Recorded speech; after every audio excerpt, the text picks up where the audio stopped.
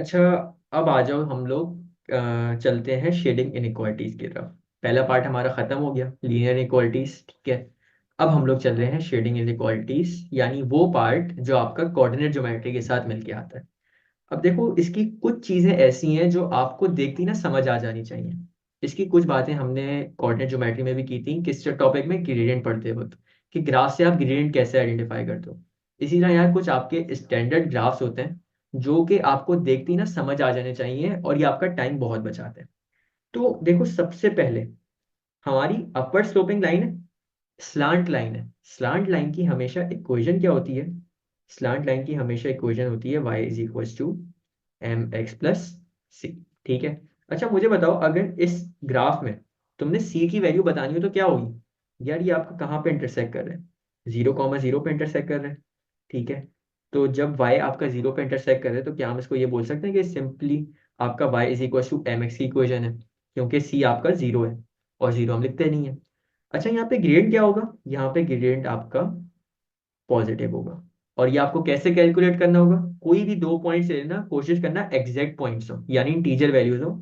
उसकी एक्स की वैल्यू उसकी वाई की वैल्यू, उसकी एक्स की वैल्यू उसकी वाई की वैल्यू लेके इक्वेशन बना देना। ठीक है।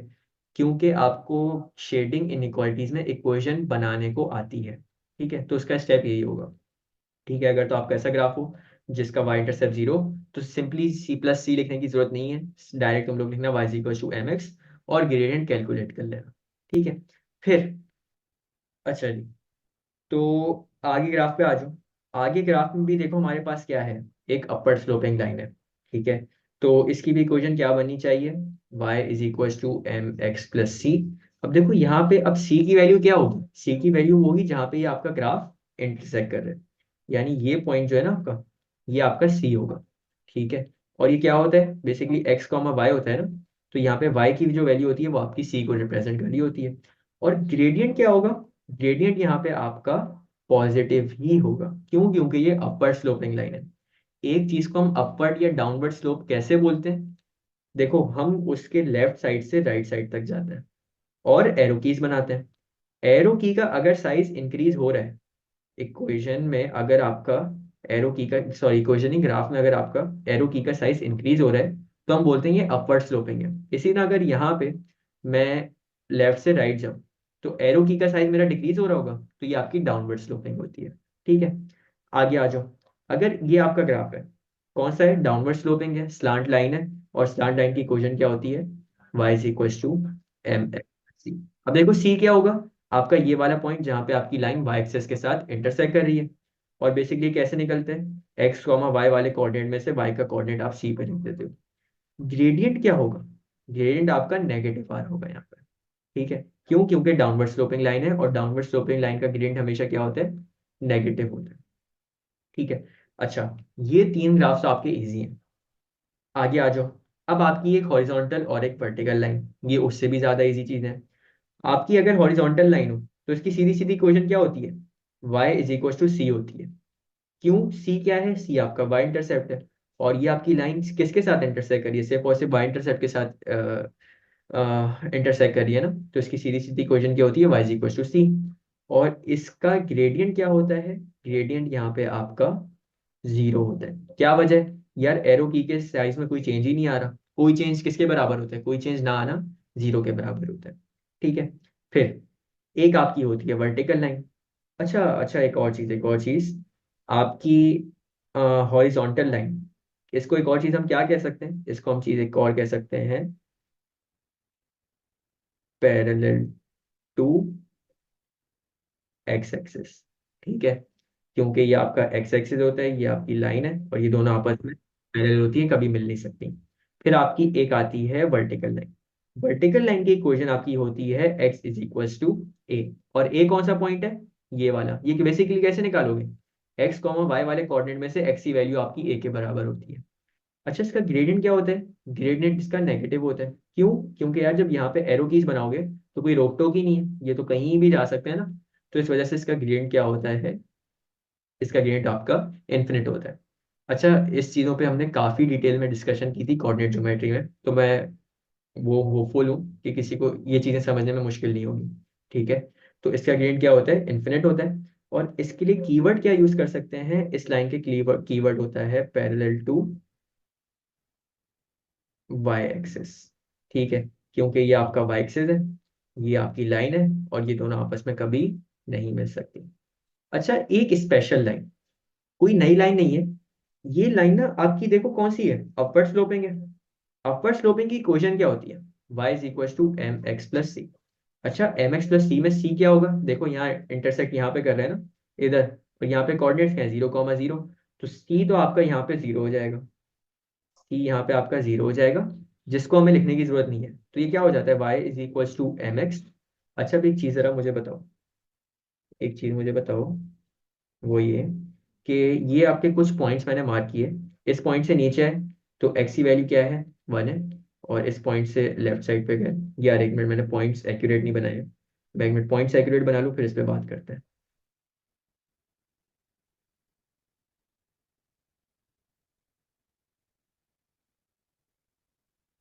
चलो, पॉइंट्स बन गए, अब इस पे बात करते हैं।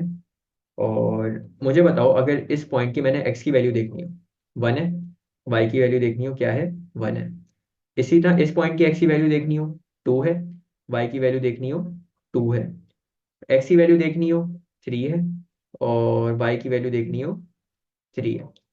तो बेसिकली पॉइंट ये है कि अगर आपकी एक्स और वाई की दोनों वैल्यू सेम है, जैसे यहाँ पे 3,3 है, यहाँ पे 2,2 है, यहाँ पे 1,1 है, तो इसका जब तुम ग्रेडियंट निकालोगे ना, तो ग्रेडियंट पता है किसके बराबर आ रहा होगा, ग्रेडियंट 1 के बराबर आ रहा होगा। तो बेसिकली जब आप यहाँ पे 1 पुट करोगे तो 1 की तो वैसी वैल्यू नहीं होती ना, तो ये आपकी इक्वेशन बन जाती है y is equal to x की।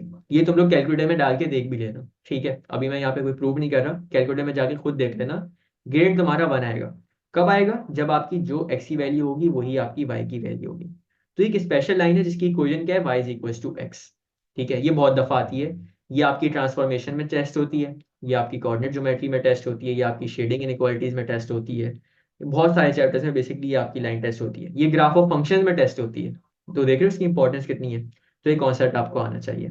ठीक है, अब दो बड़ी स्पेशल लाइंस, यार आपकी ये लाइन कौन सी है, हॉरिजॉन्टल लाइन ही है, लेकिन देखो ऊपर हॉरिजॉन्टल लाइन क्या थी, आपकी हॉरिजॉन्टल लाइन थोड़ी सी ऊपर थी, अब यहाँ पे आपकी जो हॉरिजॉन्टल लाइन है ना, वो एक्स एक्सिस पे ही लाई कर रही है। तो मुझे बताओ y की किस वैल्यू के साथ इंटरसेक्ट करेगी ये?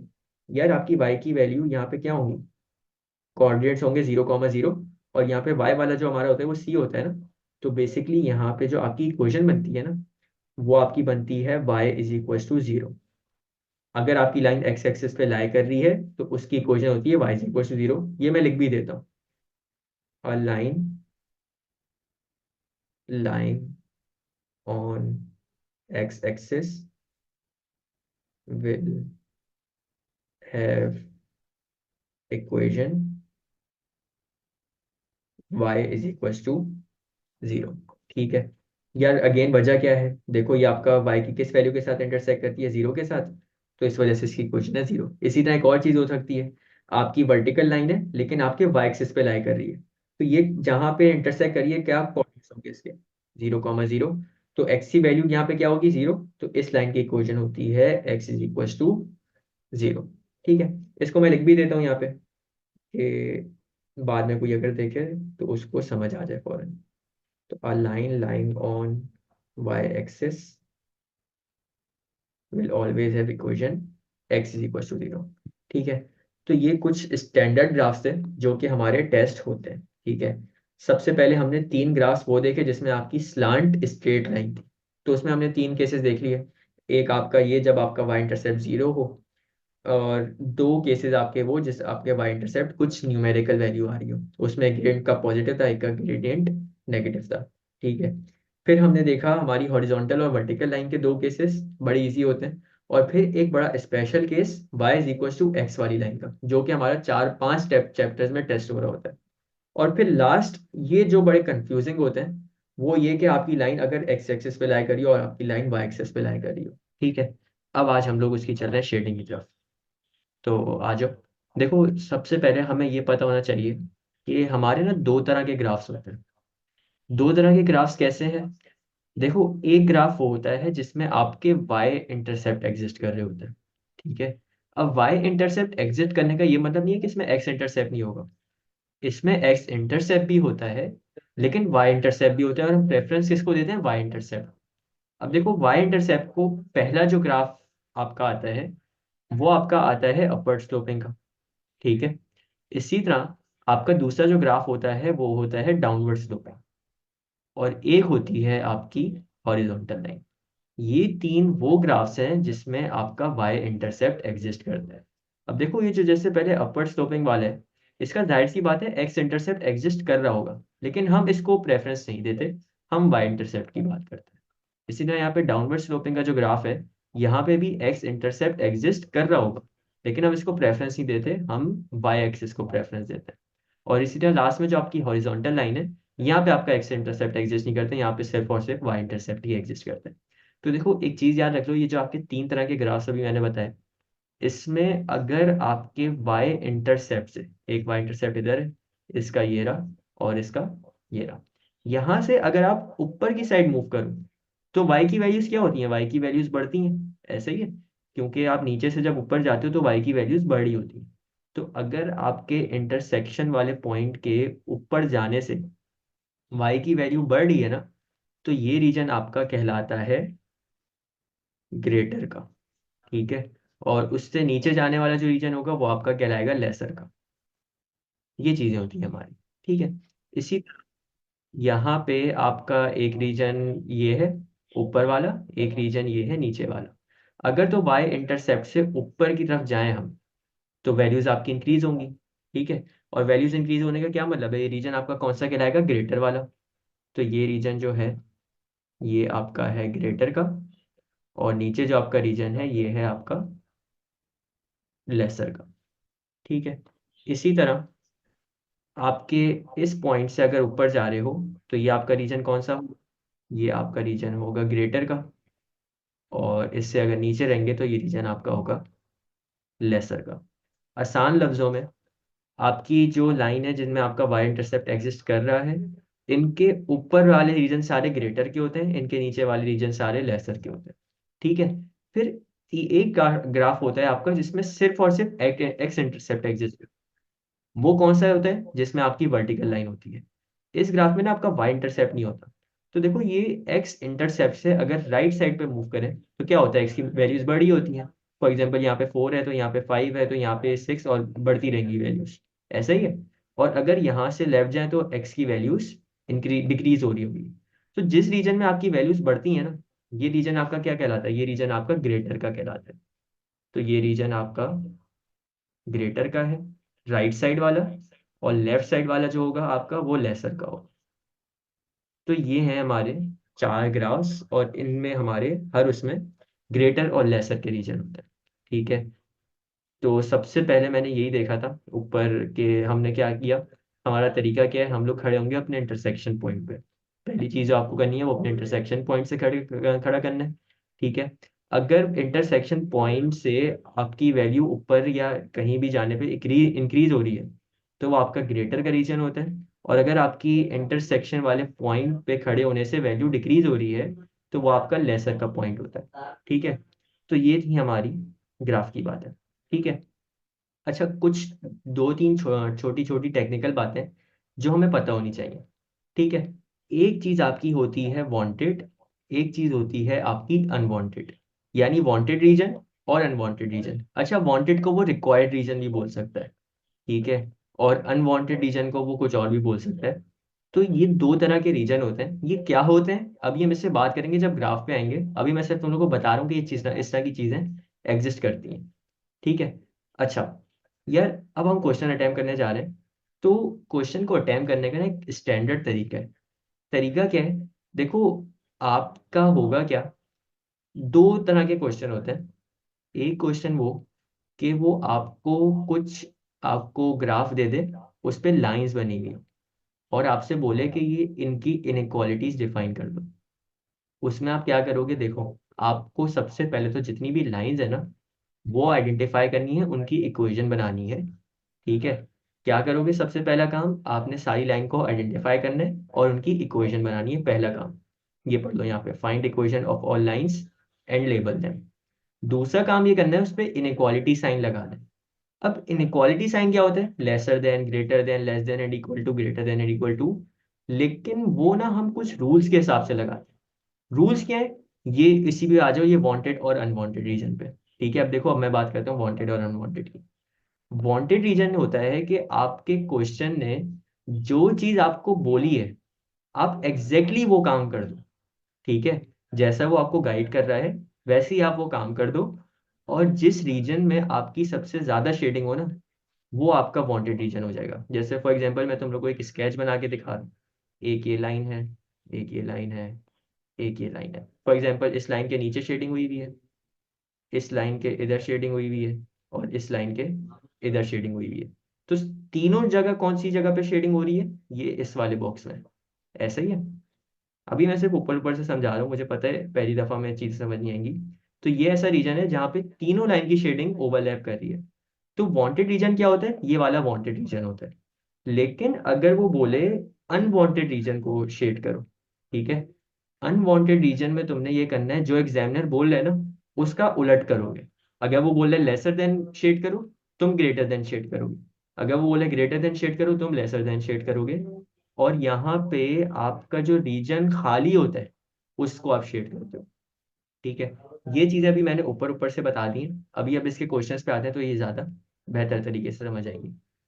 ठीक है, चलो इधर आ जाओ। पहला क्वेश्चन है, question two, part A, represent this inequality, X is between -3 and 2 और ऑन द नंबर लाइन। अब देखो उसने हमें नंबर कौन से दिए हैं? -3 और 2। यानी नंबर लाइन हमारी कैसी बनेगी? -3 और 2 तक तो वो जाएगी ही जाएगी। -3 और 2 तक। देखो ये -3 है, ये 2 है, ऐसा ही है। अब हमने यहाँ पे बनाने होते हैं सर्कल। अब देखो यहाँ पे 2 पे क्या लगा हुआ है आपका साइन? आपका lesser than and equal to का लगा हुआ है, यानी 2 आपका इंक्लूडेड है। तो ऐसे उसमें हम कौन सा सर्कल बनाते हैं? हम ऐसे उसमें फिल्ड सर्कल बनाते हैं, जिसमें आपकी पूरी शेडिंग होती है। और यहाँ पे 3 जो है वो इंक्लूडेड नहीं है, क्योंकि ये सिर्फ और सिर्फ लेसर देन का साइन है। तो 3 पे हम एक एम्प्टी सर्कल बनाते हैं। ये चीज थी यहाँ पे, ये हमारा पहला पार्ट हो गया। अब असल में जो हमारा काम है ना शेडिंग इनइक्वालिटीज का, वो जरा इधर आ जाओ। देखो यहाँ पे पार्ट बी में हमें कह रहा है find 3 inequalities which define the region shaded in the diagram. Shaded का मतलब है ये वाला रीजन जो इसने शेड करके दिया हुआ है। हमने बताना है क्या इनइक्वालिटीज हैं इनकी। आसान लफ्जों में कह रहे हैं इक्वेशन बनाओ पहले, और फिर साइन लगा दो कि कौन सा साइन है। तो देखो कौन कौन सी लाइन है यहाँ पे। एक लाइन तो मुझे स्लांट लाइन दिख रही है, ठीक है। एक लाइन मुझे ये दिख रही है क्योंकि इसके नीचे शेडिंग हुई हुई है। फिर एक लाइन मुझे ये दिख रही है वर्टिकल, इसके लेफ्ट पे शेडिंग हुई हुई है। और एक लाइन मुझे ये एक्स एक्सिस पे दिख रही है, जिसके ऊपर शेडिंग हुई हुई है। 3 लाइंस है ना। हम तीनों लाइन की जरा बात करते हैं। सबसे पहले ना हॉरिजॉन्टल और वर्टिकल लाइंस उठाते हैं। यार ये मेरी वर्टिकल लाइन की इक्वेशन क्या होगी? वर्टिकल लाइन की इक्वेशन क्या होती है? ये जिस पॉइंट पे इंटरसेक्ट कर रहा होता है। तो लाइन 1 नाम दे देते हैं इसको। लाइन 1 हमारी कौन सी है? जिसको अभी मैंने ग्रीन से शेड किया है। ठीक है, लाइन 1 की इक्वेशन क्या होगी? सीधी सीधी, एक्स इज इक्वल टू 4। ठीक है, अभी कुछ नहीं किया, सिर्फ और सिर्फ इक्वेशन लिखी है यहाँ पे। फिर एक इक्वेशन ये है जो एक्स एक्सिस पे लाई कर रही है। तो एक्स एक्सिस पे लाई करने वाली इक्वेशन कौन सी होती है? वाई एक्सिस की होती है, वाई इज इक्वल टू 0। इसको लाइन 2 का नाम दे देते हैं। ये लाइन 2 है, और इसकी क्या इक्वेशन होगी? Y is equal to 0। ठीक है, अब आ जाओ स्लांट लाइन पे। हमेशा ना लास्ट में स्लांट लाइन पे आना। स्लांट लाइन की हमें क्या क्या चीजें चाहिए होती हैं? एक ग्रेडियंट, और अपना कोई भी 2 पॉइंट्स। या हम ये बोलते हैं कि या तो हम ग्रेडियंट निकाल लें, या हमें वाई इंटरसेप्ट दिया हो। तो देखो यहाँ पे हमें वाई इंटरसेप्ट दिया हुआ है ना, तो हमें वाई इंटरसेप्ट पता है 0 है। यानी अगर ये लाइन 3 की हम बात करें, इसको लाइन 3 नाम दे देते हैं। तो लाइन 3 की जो इक्वेशन बनेगी वो क्या बनेगी? Y is equal to M X. और हमें सिर्फ और सिर्फ एक ग्रेडियंट की वैल्यू निकालनी है। तो कोई भी 2 पॉइंट्स पिक कर लेते हैं। एक पॉइंट ये पिक कर लेते हैं, ये एग्जैक्ट है, ये जो अभी मैंने ब्लैक से मार्क किया है। ठीक है, इसके कोऑर्डिनेट्स हैं 4,3। और एक और पिक कर लेते हैं, ये वाला, इसके कोऑर्डिनेट्स हैं 2,1। तो ये आपके कोऑर्डिनेट हमने उठाए 4,3 और 2,1। एक आपका x1 y1 है, एक आपका x2 y2 है।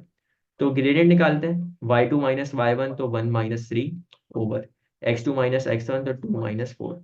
1 - 3 इज -2 और 2 - 4 इज -2। माइनस से minus cancel, 2 × 1 = 2, 2 × 1 = 2, eight the end आपका क्या बचेगा? एट द एंड आपका 1 बचेगा। एक मिनट में जरा चेक कर लूँ मैंने सही लिखे हैं यहाँ पे, कोऑर्डिनेट्स गलत तो नहीं लिख दिए हैं। एक्स के कोऑर्डिनेट्स से 4, ये 4, 3 नहीं था यार, ये 4, 2 था, मैंने कोऑर्डिनेट गलत लिखा हुआ है। और ये वाला एक्स का कोऑर्डिनेट 2 था और इधर 1 था, तो ये 4, 2 है, तभी मैं बोलूँ आंसर गलत आ रहा था। चलो, तो 4, 2 y2 माइनस y1 था ना, तो 1 - 2 था, ये वाली गलती है यहाँ पे, ये 1 - 2 है। एक मिनट रुको। हाँ, तो 1 - 2 कितना होता है? 1 - 2 आपका -1 होता है। 2 - 4 कितना होता है आपका? -2 होता है। तो 1 से 1 कैंसिल, माइनस से माइनस कैंसिल, सॉरी, और आपका एट द एंड क्या बचेगा? ग्रेडियंट 1/2। तो इक्वेशन क्या बनेगी? y is equal to 1/2x। क्या किया हमने? सिर्फ और सिर्फ यहाँ पे m की उसकी वैल्यू डाली। अब देखो पहला काम हो गया हमारा, हमने सारी लाइन को लेबल किया, एक लाइन 1, एक लाइन 2, एक लाइन 3, और हमने उनकी इक्वेशन ढूंढी। ये पहला काम होता है। दूसरा काम, अब हमने इनइक्वालिटी के साइन लगाने हैं डिपेंडिंग ऑन शेडिंग के। अब देखो अगर हम लाइन 1 उठाएं, लाइन 1 आपकी एक्स इंटरसेप्ट वाली लाइन है। एक्स इंटरसेप्ट पे अगर हम राइट साइड पे जाएं तो हमारा ग्रेटर का रीजन होता है, और लेफ्ट साइड पे जाएं तो लेसर का रीजन होता है। तो हमें कहाँ जाना है? हमें लेफ्ट पे रहना है। तो यहाँ पे हम कौन सा साइन लगाएंगे? यहाँ पे हम साइन लगाएंगे एक्सिस <<4 का। और ये अच्छा, अब हमें कैसे डिसाइड करें कि लेस देन आएगा या less than and equal to आएगा? तो ये ना असल में तुम्हारी सारी सॉलिड लाइंस थी, ऐसा ही है। हमने शेड करने से पहले ना इसको देखा था, ये सारी जो लाइन जो बनी हुई थी सब सॉलिड थी, यानी डॉटेड लाइंस नहीं थी। तो सॉलिड लाइन में हमेशा हम कौन सा साइन लगाते हैं? इक्वल टू का भी। तो ये आपकी एक इनइक्वालिटी आई, x is less than and equal to 4। फिर दूसरी इनइक्वालिटी पे आ जाओ, y इज इक्वल टू 0 वाली कौन सी लाइन थी? ये वाली। तो हमने इसके ऊपर रहना है, और y इंटरसेक्ट के ऊपर अगर जाते हैं तो वैल्यू हमारी क्या हो रही है? ग्रेटर का रीजन होता है ये। तो ग्रेटर में हम यहाँ पे साइन लगा देंगे y इज ग्रेटर देन 0, और अगेंस्ट सॉलिड लाइन थी, तो y is greater than and equal to 0। ठीक है, ये हो गया। लास्ट पे आ जाओ, y is equal to 1/2x। हमारी ये लाइन है, इसमें y इंटरसेप्ट से हमने कहाँ रहना है? हमने नीचे रहना है। तो नीचे रहने के लिए हम क्या करेंगे? नीचे रहने के लिए हम साइन लगा देंगे लेसर देन का। ठीक है, तो ये आपकी इक्वेशन बनेगी y is less then 1/2x, और क्योंकि अगेंस्ट सॉलिड लाइन थी तो less than and equal to. ये हमारा क्वेश्चन यहाँ पे सॉल्व हो गया, हमने तीनों इनइक्वालिटीज बता दी। ठीक है, ये काम था हमारा सबसे पहले। ठीक है, फिर पार्ट सी पे आ जाओ। सॉल्व -12, और फिर मतलब ये पूरी की इक्वेशन है, डबल इनइक्वालिटी का सवाल है। तो डबल इनइक्वालिटी का सॉल्व करने का हमारा क्या तरीका होता है? हम पहले -12 is less than and equal to 4 bracket m - 2 लिखेंगे, और फिर 4 bracket m - 2 is less than 10 लिखेंगे, दोनों को अलग अलग लिख लेंगे। तो -12 is less than and equal to 4 multiply by m is 4m, -4 × 2 = 8। -8 को दूसरी साइड पे भेजो, -12 + 8 is less than and equal to 4m। तो ये आपका हो जाएगा -12 + 8 -4 होता है, less than and equal to 4m। तो 4 यहाँ के डिवाइड कर दो, -4 / 4 is less than and equal to m। 4 × 1 = 4, 4 × 1 = 4। तो ये आपका क्या रह गया? m is greater than and equal to 1। अच्छा, अब देखो यहाँ पे ये टेंशन नहीं लेना कि यहाँ पे less than and equal to था, यहाँ पे greater than and equal to कैसे हो गया? तो यार ये ऐसे हुआ कि देखो ये -1 है, सॉरी। तो ये ऐसे हुआ कि पहले m हमारा तो राइट साइड पे था, ठीक है, और वेरिएबल हमारा राइट साइड पे हम नहीं छोड़ते, हम इसको किस पे लिखते हैं? लेफ्ट साइड पे। तो लेफ्ट साइड पे हमारा क्या आ गया? हमारा लेफ्ट साइड पे वेरिएबल आ गया, और -1 उठ के आपका राइट साइड पे चला गया। अपनी मर्जी से फ्लिप किया है, तो साइन भी हम फ्लिप कर देंगे ताकि ये चीज़ हमारी बैलेंस हो जाए। इसी तरह दूसरे पार्ट पे आ जाओ इसके, 4 × m, 4m -4 × 2 = 8 is less than 10। तो ये आपका हो जाएगा -8 उधर जाके +8 हो जाएगा। 10 + 8 कितना होता है? 18। 4m इज लेस देन 18, और 4 लाके यहाँ लाके डिवाइड कर दो, m इज लेस देन 18/4। तो 18 / 4 मेरे ख्याल से इसका आंसर आता है 4.5 आता है शायद। ठीक है, गलत हो तो मुझे बता देना। तो ये हमारे दो आंसर आ गए। अब डबल इनइक्वालिटी का आंसर भी हम कैसे देते हैं? डबल इनइक्वालिटी में। तो यहाँ पे वेरिएबल कौन सा यूज हो रहा था, वेरिएबल हमारा यूज हो रहा था एम, एम के साथ एक साइन लगा हुआ था लेस देन का, एक साइन लगा हुआ था less than and equals to का। इधर लेफ्ट साइड की वजह से कौन सा आंसर आया था हमारा, -1। तो यहाँ पे हम साइड पे लगा देंगे -1। और फिर इधर राइट साइड की वजह से हमारा कौन सा आंसर आया था 4.5। तो इधर राइट साइड पे हम आंसर लगा देंगे 4.5। तो ये क्वेश्चन यहाँ पे हमारा सॉल्व हो गया। आपका -1 is less than and equal to m, और एम इज लेस देन 4.5। इसको पढ़ोगे किस तरह, ये आप बोलोगे एम इज बिटवीन 4.5 एंड -1। और यहाँ पे आपकी 4.5 की वैल्यू इंक्लूडेड नहीं है क्योंकि ये लेस देन का साइन है, और -1 इंक्लूडेड है क्योंकि ये आपका इक्वल टू का नीचे साइन लगा हुआ है। ठीक है, तो ये टिपिकल इनइक्वालिटी का क्वेश्चन हमने सबसे पहले एक सॉल्व कर लिया। अच्छा जी, आगे आ जाओ। क्वेश्चन 3 पे हमें कह रहा है the unshaded region R is defined by 3 inequalities, one of these is x is greater than and equal to 1, right down the other 2 inequalities. अब देखो, शेडिंग हमारी कहाँ हुई हुई है, शेडिंग हमारी यहाँ बाहर हुई हुई है, लेकिन आर हमारा कहाँ लिखा हुआ है, ये इधर लिखा हुआ है। आर का मतलब होता है रिक्वायर्ड रीजन, यानी आप इसके हिसाब से इनइक्वालिटी डिफाइन करोगे। यानी हमें जो पूरी इनक्वालिटी करनी होगी ना, वो ये अंदर वाले रीजन के हिसाब से लिखनी होगी। और उसने हमें एक बताई भी है कौन सी, x is greater than and equal to 1। यानी एक्स एक्सिस पे 1 पे कौन सी लाइन इंटरसेक्ट कर रही है, ये वाली। और ग्रेटर देन का क्या मतलब है, राइट, राइट साइड वाला पार्ट। तो उसने ये हमें बना के दी हुई है। हमने एक ये लाइन की इक्वेशन ढूंढनी है, और हमने एक ये लाइन की इक्वेशन ढूंढनी है। तो देखो, ये जो आपकी एक हॉरिजॉन्टल लाइन है, ये तो इजी होती है ना हमारी। इसकी क्या इक्वेशन बनेगी, इसकी सीधी सीधी इक्वेशन बनेगी y इज इक्वल टू -3। ठीक है, क्योंकि ये -3 के साथ इंटरसेक्ट हो रही है।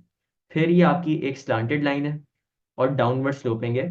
तो यहाँ पे सबसे पहले y इंटरसेप्ट तो हमें दिख रहा है कि 5 है। इसका सिर्फ एक ग्रेडियंट निकालना है। तो ग्रेडियंट निकाल लेते हैं, कोई भी 2 पॉइंट्स पिक कर लेते हैं। एक पिक कर लेते हैं ये वाला, इसके कोऑर्डिनेट्स आ रहे हैं 3,2। एक मिनट, ये कलर देख नहीं रहा ग्राफ में, 3,2। और एक कोऑर्डिनेट आपके आ रहे हैं, कौन से उठाएं, चलो ये उठा लेते हैं। इसके कोऑर्डिनेट्स आ रहे हैं 2,3। ठीक है, तो एक चलो इस लाइन को करते हैं, इसको नाम दे देते हैं, इसको लाइन 3 नाम दे देते हैं।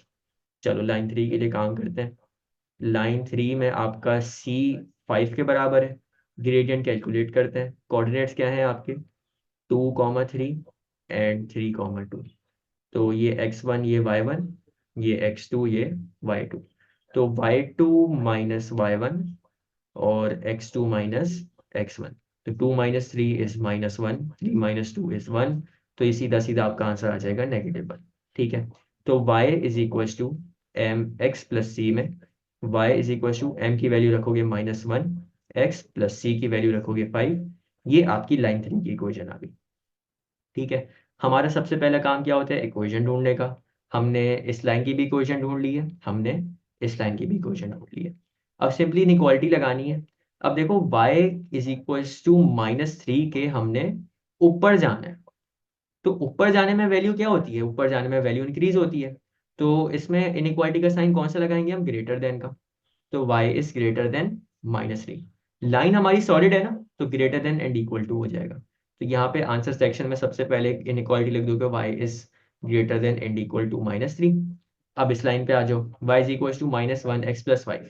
ये वाली लाइन थी ये, और हमने इसके नीचे जाना है। तो नीचे जाने का क्या मतलब है, लेसर देन। तो यहाँ पे इनइक्वालिटी जो बनेगी हमारी, वो बनेगी y is less than -1 x plus 5। लेकिन सॉलिड लाइन थी, तो less than and equal to, ये हमारी दूसरी इनइक्वालिटी आ गई। यहाँ पे लिख दोगे y is less than and equal to -1 x plus 5। ठीक है, ये क्वेश्चन हमारा सॉल्व हो गया। देखो, ये दो डिफरेंट क्वेश्चन है बिल्कुल। एक में हमारी शेडिंग जहाँ पे हुई भी थी ना, हमें उसी का रीजन बताना था। ठीक है, और एक में जहां हमारी शेडिंग नहीं हुई भी थी, हमने उसकी इनइक्वालिटी बतानी थी। तो इस तरह से ना आपको क्वेश्चन गौर से पढ़ना है, क्योंकि इसमें जो ये थ्योरी पार्ट है ना, ये बड़ा इंपॉर्टेंट होता है इनइक्वालिटी में। अगर तुमने ये नहीं पढ़ा और डायग्राम को देख के अपनी मर्जी से सॉल्व कर दिया ना, तो गलत हो जाएगा। ठीक है, तो ये थोड़ा ख्याल रखना है इसमें। आगे आ जाओ। क्वेश्चन 4 में हमें कह रहा है कि find the 4 inequalities that define the region that is not shaded। यानी ये जो ये रीजन है ना आपका, ये इतना सा, हमने इसकी इनइक्वालिटी बतानी है कि इनकी क्या इनइक्वालिटी है। तो चारों लाइन है हमारी। देखो लाइन अब कौन कौन सी है, इसको ना हम कलर कर लेते हैं। एक लाइन हमारी ये वाली है, ये डॉटेड लाइन है, ये लाइन 1 नाम दे दो इसको। ठीक है। फिर एक लाइन आपकी ये स्लांट लाइन है, ये स्लांट लाइन, एक मिनट इसको ब्लू से कर लेते हैं। ये आपकी स्लांट लाइन एक ये है, लाइन 2, यानी एक ये डॉटेड लाइन हो गई। ठीक है। एक लाइन ये स्लांट वाली हो गई। फिर एक लाइन आपकी ये वर्टिकल है, इसको लाइन 3 नाम दे देते हैं, लाइन 3। और हमने कौन कौन सी लाइन ले ली, हमने ये लाइन ले ली, हमने ये लाइन देख ली, हमने ये लाइन देख ली, बस अब लास्ट में कौन सी रह गई है, एक ये स्लांटेड लाइन। तो इसको लाइन 4 नाम दे देते हैं। ये आपकी क्या हो जाएगी, ये आपकी लाइन 4 हो जाएगी। अब हमने इन सबकी इक्वेशंस निकालनी है। सबसे पहले देखो हमारा आसान तरीन काम क्या होता है कि हम वर्टिकल और हॉरिजॉन्टल लाइंस की तरफ जाएं। सबसे पहले ये हॉरिजॉन्टल लाइन देख लेते हैं, ये किधर इंटरसेक्ट कर रही है, y के 2 पे। तो इसकी इक्वेशन हो जाएगी y इज इक्वल टू 2। अच्छा यार, साथ साथ ना हम इनइक्वालिटीज भी लगा लेते हैं। हमने इस डॉटेड लाइन के नीचे जाना है। तो नीचे जाने का क्या मतलब होता है, लेसर देन। तो y इज लेस देन 2। और अच्छा ये देखो गौर करो, ये ना आपकी डॉटेड लाइन है, तो ये लेस देन ही रहेगा, less than and equal to नहीं हो सकता है। ठीक है। तो ये आपकी एक इनइक्वालिटी हो गई, y इज लेस देन 2। और आ जाओ, फिर ये आपकी एक थी वर्टिकल लाइन, किधर इंटरसेक्ट कर रही है, -2 पे x के। तो लाइन 3 की इक्वेशन बनेगी x इज इक्वल टू -2। और अच्छा देखो हमने कहाँ जाना है इस लाइन से, हमने सीधे हाथ पे जाना है। तो लाइन से जब भी सीधे हाथ पे जाना होता है तो क्या कौन सा रीजन होता है, ग्रेटर का। तो ये आपका हो जाएगा x इज ग्रेटर देन 2। और क्योंकि ये सॉलिड लाइन है, तो ये greater than and equal to 2 हो जाएगा। ये आपकी दूसरी इनइक्वालिटी आ गई। आसान तरीन काम था ये। आखिरी उस पे आ जाओ। अब दो लाइंस रह गई हमारी, और दोनों स्लांटेड हैं। एक स्लांटेड लाइन आपकी ये है, और एक स्लांटेड लाइन आपकी ये है। अच्छा, अगर लाइन 2 की बात करें तो ये अपवर्ड स्लोपिंग है, यानी इसका ग्रेडियंट पॉजिटिव होगा। ठीक है। और y इंटरसेप्ट क्या है, यहाँ पे y इंटरसेप्ट देखो गिवन है 1। तो लाइन 2 की अगर बात करें तो इसमें c की वैल्यू है 1। ग्रेडियंट कैलकुलेट कर लेते हैं। कैलकुलेट कैसे करेंगे, कोई भी दो पॉइंट्स पिक कर लो। एक पॉइंट मैं पिक कर रहा हूँ, कौन सा पिक करें, चलो ये पिक कर लेते हैं, एक ये पिक कर लेते हैं। ठीक है। इसके कोऑर्डिनेट्स क्या है, x की वैल्यू 0 है, y की वैल्यू 1 है। और एक पॉइंट ये पिक कर लेते हैं, इसके कोऑर्डिनेट्स क्या है, -2 x की वैल्यू है और y की 0 है। तो आपके लाइन 2 के कोऑर्डिनेट जो है वो 0,1 और -2,0। तो ये x1 ये y1, ये x2 ये y2। तो y2 की वैल्यू 0, -1 ओवर x2 की वैल्यू -2 और x1 की वैल्यू 0। तो -1 ऊपर रह जाएगा, -2 नीचे रह जाएगा, और माइनस से माइनस कैंसिल हो जाएगा। तो एट द एंड आपका ग्रेडियंट क्या रह गया, 1/2। इक्वेशन क्या है आपकी, y is equal to M x plus c. तो y is equal to, gradient की वैल्यू अभी निकाली हमने 1/2, एक्स प्लस सी की वैल्यू 1 है। इक्वेशन बन गई। अब इसकी इनइक्वालिटी देख लेते हैं। यार ये वाली लाइन थी हमारी, हमने इसके ऊपर रहना है, हमने इसके ऊपर रहना है ना। ऊपर रहने का क्या मतलब है, ग्रेटर देन। तो y is greater than 1/2x+1। और क्योंकि सॉलिड लाइन है तो greater than and equal to. ये हमारा थर्ड इनक्वालिटी का भी हमने काम कर लिया। आखिरी लाइन पे आ जाओ, ये वाली, ये आपकी कौन सी लाइन है, ये आपकी डाउनवर्ड स्लोपिंग लाइन है। अब डाउनवर्ड स्लोपिंग लाइन की कैसे निकालेंगे, देखो इसके सबसे पहले तो हमें y इंटरसेप्ट पता है कितना है, 3 है। हमारी लाइन 3 की वर्किंग कहाँ करें यार, लाइन 4 की, सॉरी, लाइन 4 की वर्किंग चलो यहाँ कर लेते हैं, इधर ही कर लेते हैं। तो यहाँ पे लाइन 4 के लिए हमें सी की वैल्यू पता है 3 है। और ग्रेडियंट चलो कैलकुलेट कर लेते हैं, दो पॉइंट्स पिक कर लेते हैं। मैं एक ये पॉइंट पिक कर रहा हूँ, इधर x की वैल्यू 3 है, y की वैल्यू 0 है। और मैं एक ये पॉइंट पिक कर रहा हूँ, इधर x की वैल्यू 0 है और y 3 है। तो बेसिकली आपके कोऑर्डिनेट्स आए 0,3 और 3,0। एक x1 एक y1, एक x2 एक y2। तो y2 है 0, y1 है 3 ओवर x2 है 3 और x1 है 0। तो ये -3/3 होगा। ठीक है। और आपका क्या बचा एट दी एंड, -1 बच रहा है। तो लाइन 4 की इक्वेशन सीधी सीधी क्या आएगी, लाइन 4 की इक्वेशन आपकी सीधी सीधी आ जाएगी, y is equal to M x plus c में हम लोग ग्रेडियंट की वैल्यू डालेंगे -1, एक्स प्लस सी कितना था आपका 3, तो -1 x + 3। ठीक है, ये आपकी इक्वेशन हो गई। अच्छा देखो, अब हमने कौन सी लाइन पे की है, हमने ये वाली, और हमने इस लाइन के कहाँ रहना है, हमने इस लाइन के नीचे रहना है। ऐसा ही है, हमने इस लाइन के नीचे रहना है। तो नीचे रहने पे क्या एक साइन डालते हैं हम, लेस देन का। तो y is less than -1 x + 3, और क्योंकि सॉलिड लाइन थी तो less than and equal to, ये आपकी चौथी इक्वेशन आ गई। ठीक है यार, ये एक ही टाइप के क्वेश्चन है, इसमें कुछ नया नहीं होता। हमेशा बस एक छोटी सी ट्रिक है, पहले तुम लोग हमेशा वर्टिकल और हॉरिजॉन्टल लाइन की इक्वेशन निकाल के उसकी इनइक्वालिटी लगा दो।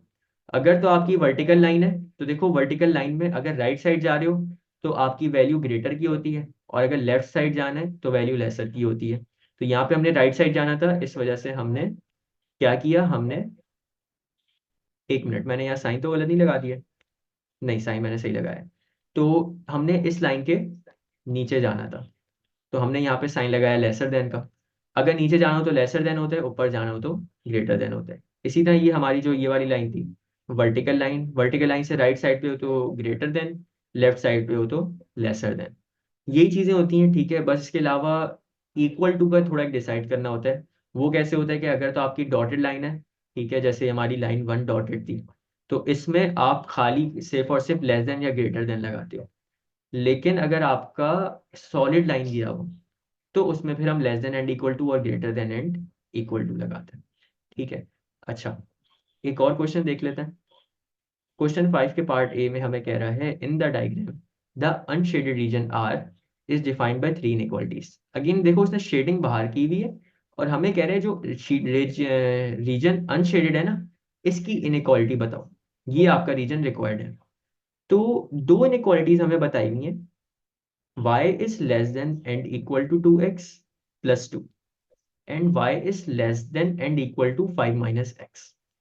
अब हमने ये आइडेंटिफाई करना है कि ये दो इक्वेशन कौन सी हैं, ये है या ये है।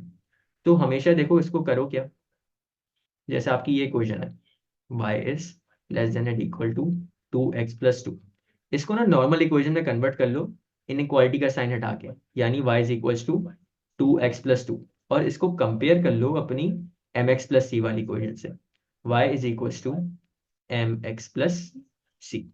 अब देखो c की वैल्यू 2 है यहाँ पे, तो यहाँ पे 2 के साथ कौन सी लाइन इंटरसेक्ट कर रही है, ये वाली लाइन 2 के साथ इंटरसेक्ट कर रही है y एक्सिस पे। तो ये लाइन की इक्वेशन हमें गिवन है।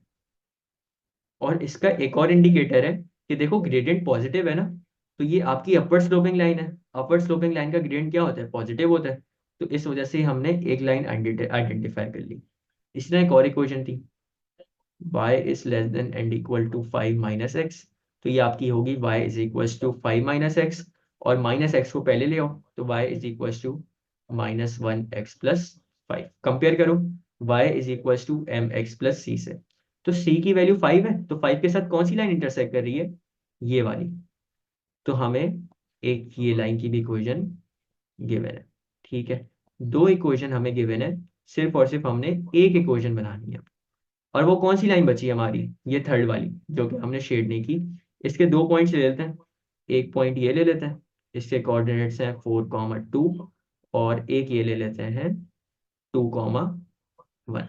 ठीक है, तो हमारी लाइन, इसको एक नाम दे दो, लाइन 3। लाइन 3 में आपका y इंटरसेप्ट देखो क्या है, 0 है, तो c की वैल्यू आपकी 0 होगी।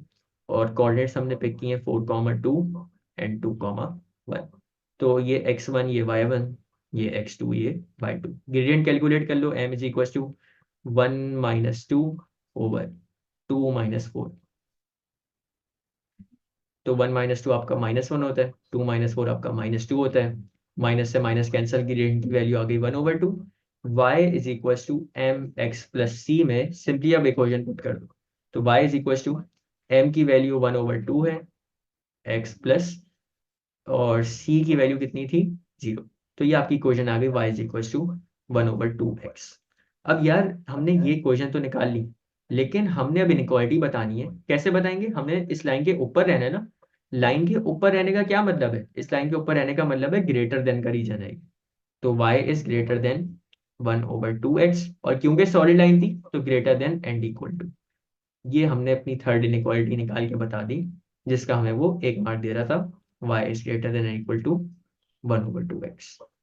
ठीक है। अच्छा, अगर यहाँ पे तुम लोग ये वाली दो इनइक्वालिटीज लिख दोगे ना, जो क्वेश्चन में ऑलरेडी गिवन थी, तो इसका मार्क नहीं है। ठीक है। अगर मार्क होता तो फिर ये ज्यादा मार्क का क्वेश्चन होता। एक और क्वेश्चन करते हैं। और अगला क्वेश्चन हमें कह रहा है find the integer values of x which value which satisfy the following equation. देखो, अभी तक हम एक क्वेश्चन ऊपर भी करके आए थे। अभी अभी हमने किया है ये पार्ट सी सॉल्व, और ये हमें एक इक्वेशन दी हुई थी डबल इनइक्वालिटी की, तो हमने वो बता दी थी उसकी वैल्यू। अब देखो, यहाँ पे भी सेम ही चीज है, बस एक चीज डिफरेंट होगी। वो ये कि हमें कह रहा है find the integer values of x। यानी पहले तो हम इसकी इनइक्वालिटी निकालेंगे, और फिर हम बताएंगे कि इसमें इंटीजर्स कौन से आ रहे हैं। ठीक है, पहले इसको सॉल्व कर लेते हैं। आपकी इक्वेशन है, मैं एक मिनट जूम कर लूँ थोड़ा।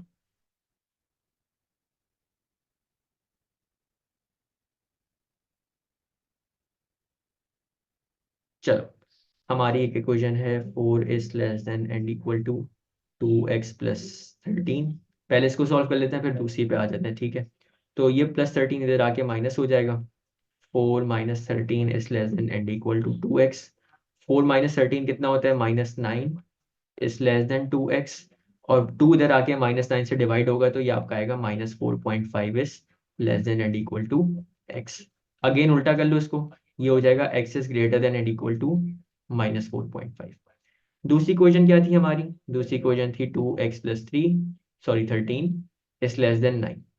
तो +13 इधर जाके माइनस हो जाएगा, तो ये हो जाएगा 2x इज लेस देन 9 - 13। तो ये आपका आंसर कितना आएगा? ये आपका आंसर आएगा -4 का। ठीक है। यार एक मिनट, मैंने ना, चलो खैर। तो 2x इज लेस देन -4, और 2 यहाँ के डिवाइड हो जाएगा -4 से, तो x की वैल्यू आएगी x इज लेस देन -2। अब देखो, डबल इनइक्वालिटी का आंसर भी किस में देते हैं? डबल इनइक्वालिटी में। तो हम लोग क्या लिखेंगे? x इज लेस देन और less than and equal to 4 की वजह से हमारा आंसर आया था -4.5, और 9 की वजह से हमारा आंसर आया है -2। अब देखो, हमने सिर्फ यहाँ पे नहीं छोड़ना था। ठीक है। उससे हमसे बोला है कि फाइंड द इंटीजर वैल्यूज, यानी इस इनइक्वालिटी के हिसाब से इंटीजर वैल्यूज कौन सी आ रही हैं वो बताओगे तुम। तो इसके लिए मैं ये रेकमेंड करता हूँ कि तुम लोग ना अपने पास एक नंबर लाइन बना लो, रैंडम स्केच बना लो। और कहाँ से कहाँ तक वैल्यू गिवन है हमें? -4.5 से, तो एक वैल्यू बड़ी ले लेते हैं, 5, फिर -4, फिर -3, और फिर -2 तक है। अब यहाँ पे वो हमें कह रहा है x इज लेस देन -2, यानी -2 तो इंक्लूड नहीं होगा। 3 से हम लोग शुरू होंगे, यानी यहाँ से शुरू होंगे। और फिर हमें कह रहा है -4.5 is less than and equal to x, या अगर इसको उल्टा पढ़ना चाहो तो x is greater than and equal to -4.5। -4.5 से बड़ी वैल्यू इंटीजर में कौन सी आएगी? 4 आएगी। ऐसा ही है। बड़ी वैल्यू का क्या मतलब है? कि आप जीरो की तरफ मूव कर रहे हो। तो जीरो की तरफ जब आप 4.5 से मूव कर रहे होगे, 4.5 कहाँ पे होगा? यहाँ पे कहीं होगा। ठीक है, इसको ब्लू से कर लेते हैं। यहाँ पे कहीं आपका 4.5 होगा। और यहाँ से जब आप राइट साइड पे मूव करोगे इंटीजर की तरफ, क्योंकि ग्रेटर की हमारी इनइक्वालिटी है, तो सबसे पहले इंटीजर कौन सा आएगा? -4 का। तो देखो हमारे कौन कौन से इंटीजर आ रहे हैं यहाँ पे। एक आ रहा है -4, और एक आ रहा है -3। ये आपका आंसर है। यहाँ पे हमने बताने थे कौन से इंटीजर आ रहे हैं। इंटीजर जब भी वो बोलेगा ना, आप आपको उसको एग्जैक्ट वैल्यूज बता दोगे न्यूमेरिकल क्या आ रही है। ठीक है। पीछे वाले क्वेश्चन जो था उसमें सॉल्व करने को बोल रहा था। सॉल्व का मतलब है आप ये बस इनइक्वालिटी बताओगे। ठीक है। और इंटीजर पूछने का क्या मतलब है? कि आप उसको नंबर बता दो कि कौन कौन से नंबर इस इनइक्वालिटी में आ रहे हैं। ये उसका फेवरेट वर्ड है इंटीजर। बार बार वो बोलेगा कि इस इनइक्वालिटी के बीच में ये इंटीजर बताओ, ये बताओ, ये बताओ। तो उसका तरीका हमारा ये होगा। आसान करने के लिए हमेशा तुम लोग एक छोटी सी नंबर लाइन बना लेना, और उस पर आइडेंटिफाई कर लेना ये चीज़। आगे आ जाओ। हमें क्वेश्चन 25 में कह रहा है the shaded region on the diagram is represented by three inequalities. Shaded region की अब बात हो रही है। One of these is y is greater than and equal to 3x-2। Y intercept -2 किस लाइन का है? ये वाली लाइन का है। तो हमें इस लाइन की इक्वेशन दी हुई है, और greater than and equal to का क्या मतलब है? इस लाइन के ऊपर की। तो ये उसने हमें ये शेड करके दिया हुआ है, right down the other two inequalities. हमने बाकी दो लाइंस की निकालनी है। एक हमारी ये वाली लाइन की निकालनी है, और एक हमने ये वाली लाइन की निकालनी है। सबसे पहले ये हॉरिजॉन्टल लाइन देख लो, वाई पे कहाँ इंटरसेक्ट हो रही है? 3 पे। तो इक्वेशन बन जाएगी वाई इज इक्वल टू 3। एक मिनट। हाँ, इक्वेशन बन जाएगी वाई, हाँ क्यों कम कर रहा है? एक मिनट रुको। हाँ, y इज इक्वल टू 3।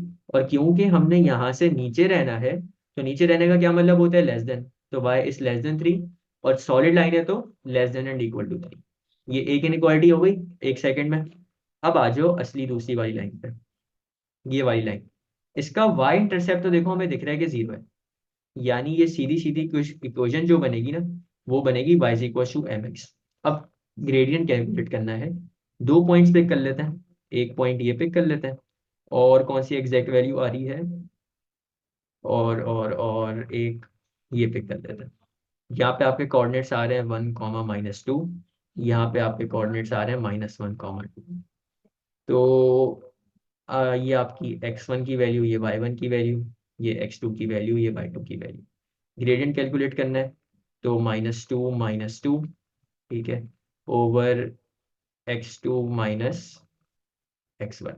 तो -2, -2 आपका होता है -4, ओवर माइनस माइनस प्लस, तो 1 + 1 = 2, और 2 × 1 = 2, 2 × 2 = 4। तो आपका ग्रेडियंट जो आएगा वो आएगा -2।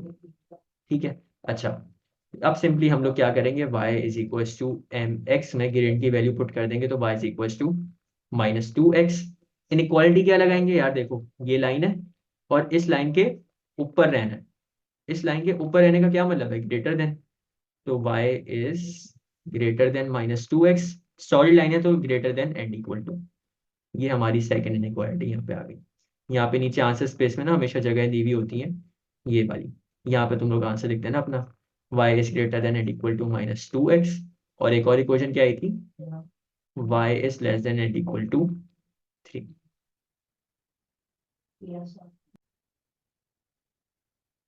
आगे आ जाओ।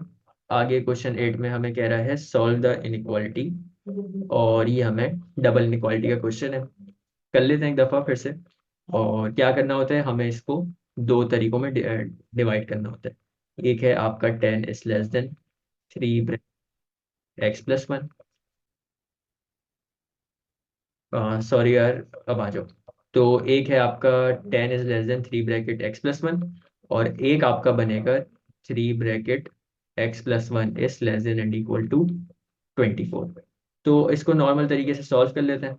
ये आपका होगा 10 < <3 × x is 3x, plus 3 × 1 is 3। 3 को दूसरी साइड पे भेज दो।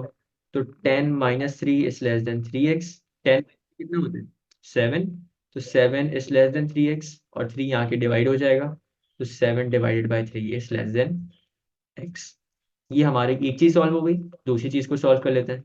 3 × x is 3x, plus 3 × 1 is 3, less than and equal to 24। Plus 3 को दूसरी साइड पे भेज दो। तो 24 - 3 कितना होता है? 21। और 3 को यहाँ लाके डिवाइड कर दो, तो 21 ÷ 3 आपका आंसर आ जाता है 7। अब देखो हमें इनइक्वालिटी क्या दी हुई थी क्वेश्चन में? एक्स की टर्म्स है, तो हम यहाँ पे लिखेंगे एक्स। एक्स के साथ था less than and equal to, और एक साइड पे था लेस देन। जो साइन वो लगाते हैं ना, वही साइन हम लगाते हैं। इसने राइट साइड पे less than and equal to लगाया, हमने भी लगाया। इसने लेफ्ट साइड पे लेस देन लगाया है, हमने भी लेस देन लगाया है। अब 24 की वजह से आंसर क्या आ रहा था? 7। 7 मैं यहाँ पे लिख दूंगा। और 10 की वजह से क्या आंसर आ रहा था? 7/3। तो 7/3 हम यहाँ पे लिख देंगे। ये हमारा पहला पार्ट सॉल्व हो गया। इसको आंसर सेक्शन में लिख दो। 7/3 is less than x, and less than and equal to 7। Second part पे आओ। 2.3। अच्छा देखो, हमारे सेकेंड पार्ट में हमें कह रहा है कि इंटीजर की वैल्यूज बतानी है इस इनइक्वालिटी के हिसाब से।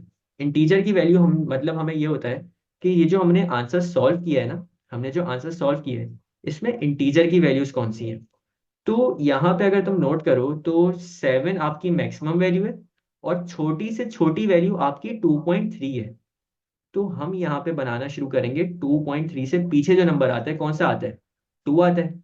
तो 2 से ऑल द वे हम बना लेंगे 7 तक। तो 2, 3, 4, 5, 6 एंड 7। अब यहाँ पे देखो हमें 7/3 इज लेस देन एक्स का क्या मतलब होता है। इसका मतलब होता है एक्स इज ग्रेटर देन 7/3 या एक्स इज ग्रेटर देन 2.3। तो 2.3 से बड़ी इंटीजर वैल्यू कौन सी आती है, 2.3 से बड़ी इंटीजर वैल्यू आपकी 3 आती है। ठीक है, तो ये आपका 3 से इंक्लूड होना शुरू होगा और 7 से पीछे रहना है। 7s less than and equal to का मतलब है 7 और 7 से पीछे। तो आप 3 से ऑल द वे कहाँ तक जाओगे, 7 तक।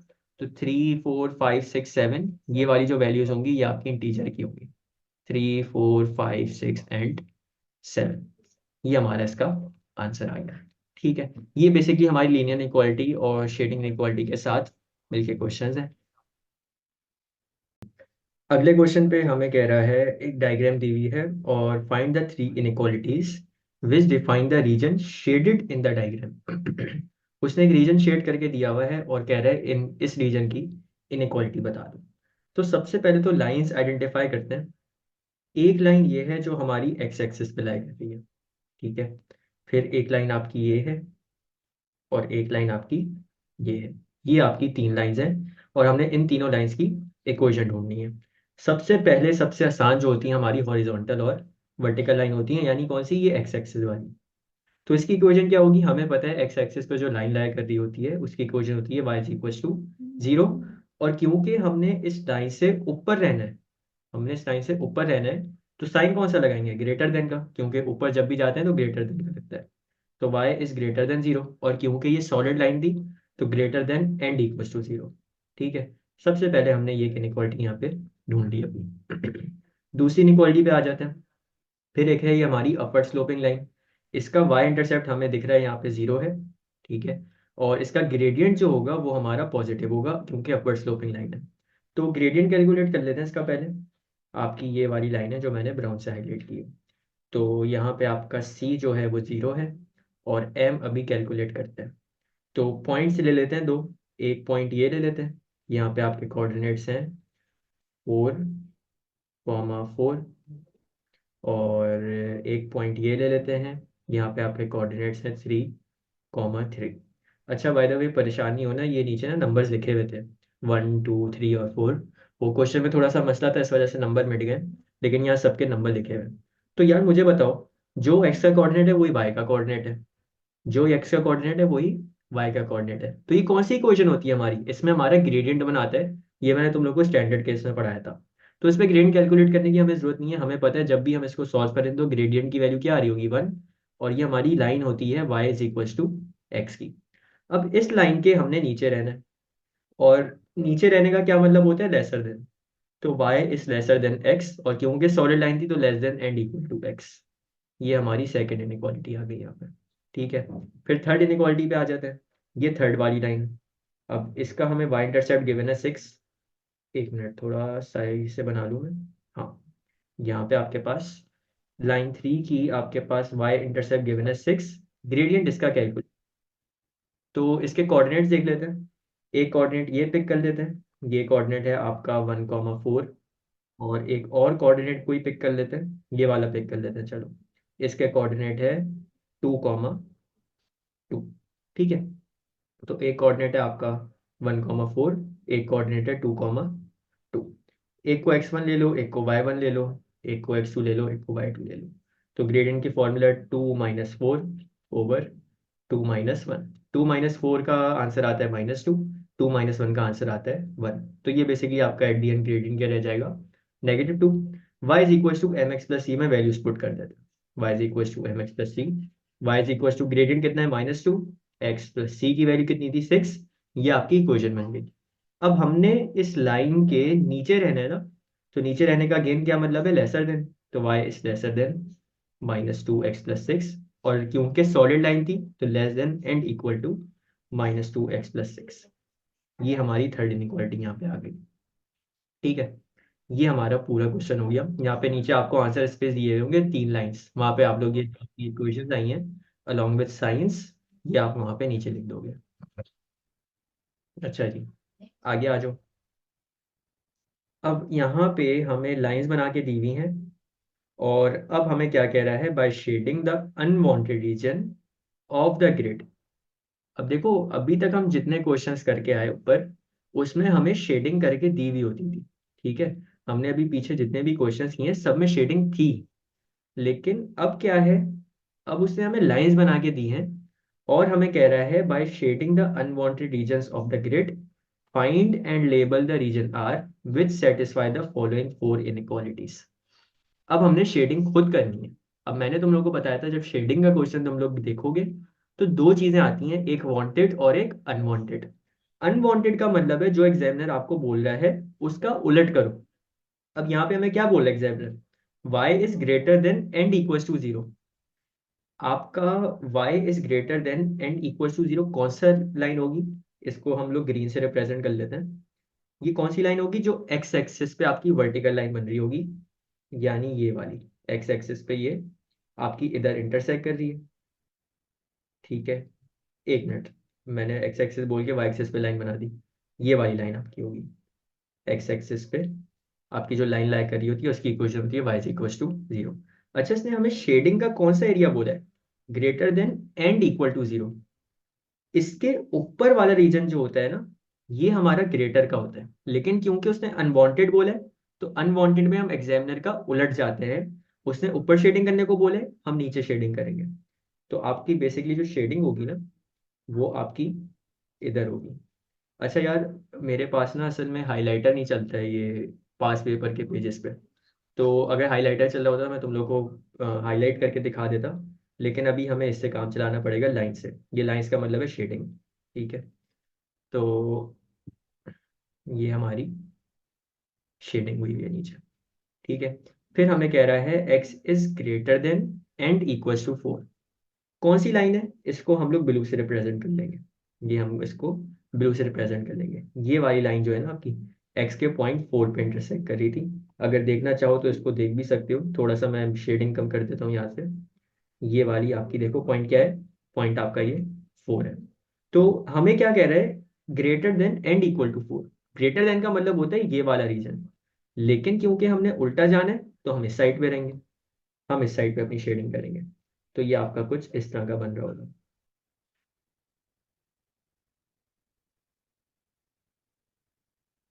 अच्छा, तुम लोग जो पेंसिल से शेडिंग करोगे ना, वो तुम लोग इस तरह करोगे। बाय द वे मैं बता भी दूं तुम लोगों को, इस तरह की शेडिंग होती है पेंसिल से।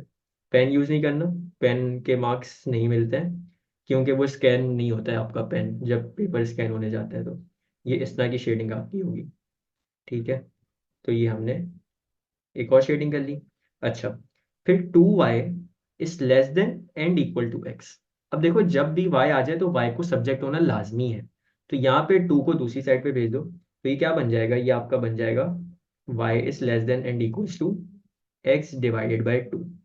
ये हमारी इक्वेशन है। अच्छा, इसका ग्रेडियंट क्या है, इसका ग्रेडियंट पॉजिटिव है, और इसमें y इंटरसेप्ट तो एग्जिस्ट ही नहीं कर रहा। कौन सी ऐसी लाइन है जिसका y इंटरसेप्ट 0 है, ये वाली। और ग्रेडियंट भी इसका पॉजिटिव है, क्यों, क्योंकि अपवर्ड स्लोपिंग लाइन है, तो यानी ये वाली लाइन की बात हो रही है। इस पे क्या कह रहे हैं, less than and equal to, यानी इस लाइन के नीचे रहने को कह रहा है वो। लेकिन हम क्या करेंगे, हम इसका उलट करेंगे, वो नीचे रहने को कह रहे हैं, हम ऊपर की तरफ जाएंगे। तो हम लोग का ये वाला एरिया शेड होगा।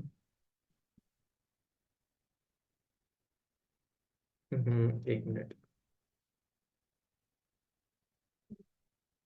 हम लोग का ये वाला एरिया। ठीक है, अच्छा, फिर आखिरी पार्ट पे आ जाओ। 2y+x is less then 12। अब देखो, हमें पता है कि आखिरी हमारी इक्वेशन बनी है, और आखिरी लाइन भी कौन सी बची है, ये वाली। लेकिन फिर भी कॉन्सेप्ट के लिए हम लोग यहाँ पे y को सब्जेक्ट बना देते हैं, ताकि हमें कोई बाद में मसला ना हो। इसके लिए एक नया कलर पिक कर लेते हैं। कौन सा कलर पिक करें, ऑरेंज पिक कर लेते हैं। चलो, इसको हम ऑरेंज से करेंगे। नहीं यार, ऑरेंज बहुत सिमिलर लग रहा है, येलो कर लेते हैं। हम लोग इस लाइन को अब येलो से रिप्रेजेंट करेंगे। तो y को सब्जेक्ट बनाने हैं, प्लस x को दूसरी साइड पे भेज देंगे। तो 2y is less than and equals to minus x plus 12, और 2 यहाँ के डिवाइड हो जाएगा। तो ये आपका हो जाएगा y is less than and equal to minus x over 2 plus 12/2।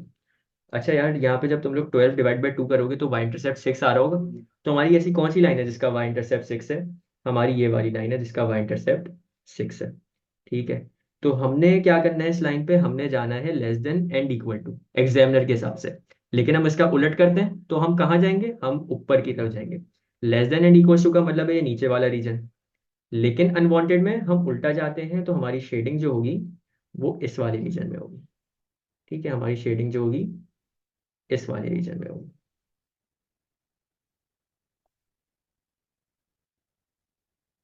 ये हमारी शेडिंग होगी। ठीक है।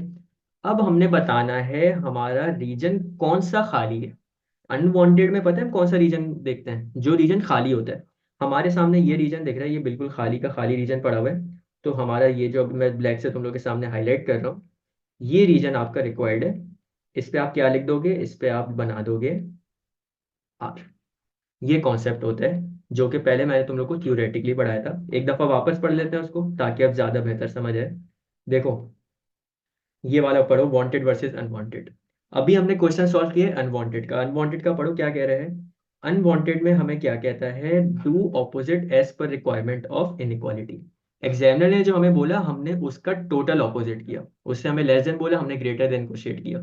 उसने हमें ग्रेटर देन बोला, हमने लेस देन को शेड किया। ठीक है। और फिर एंड में हम वो वाला रीजन देखते हैं, look for region which is free from any sampling. जो रीजन पे कोई भी शेडिंग नहीं हुई हुई होती, जो रीजन आपका खाली होता है वहां पे आप आर लिख के आ जाते हो।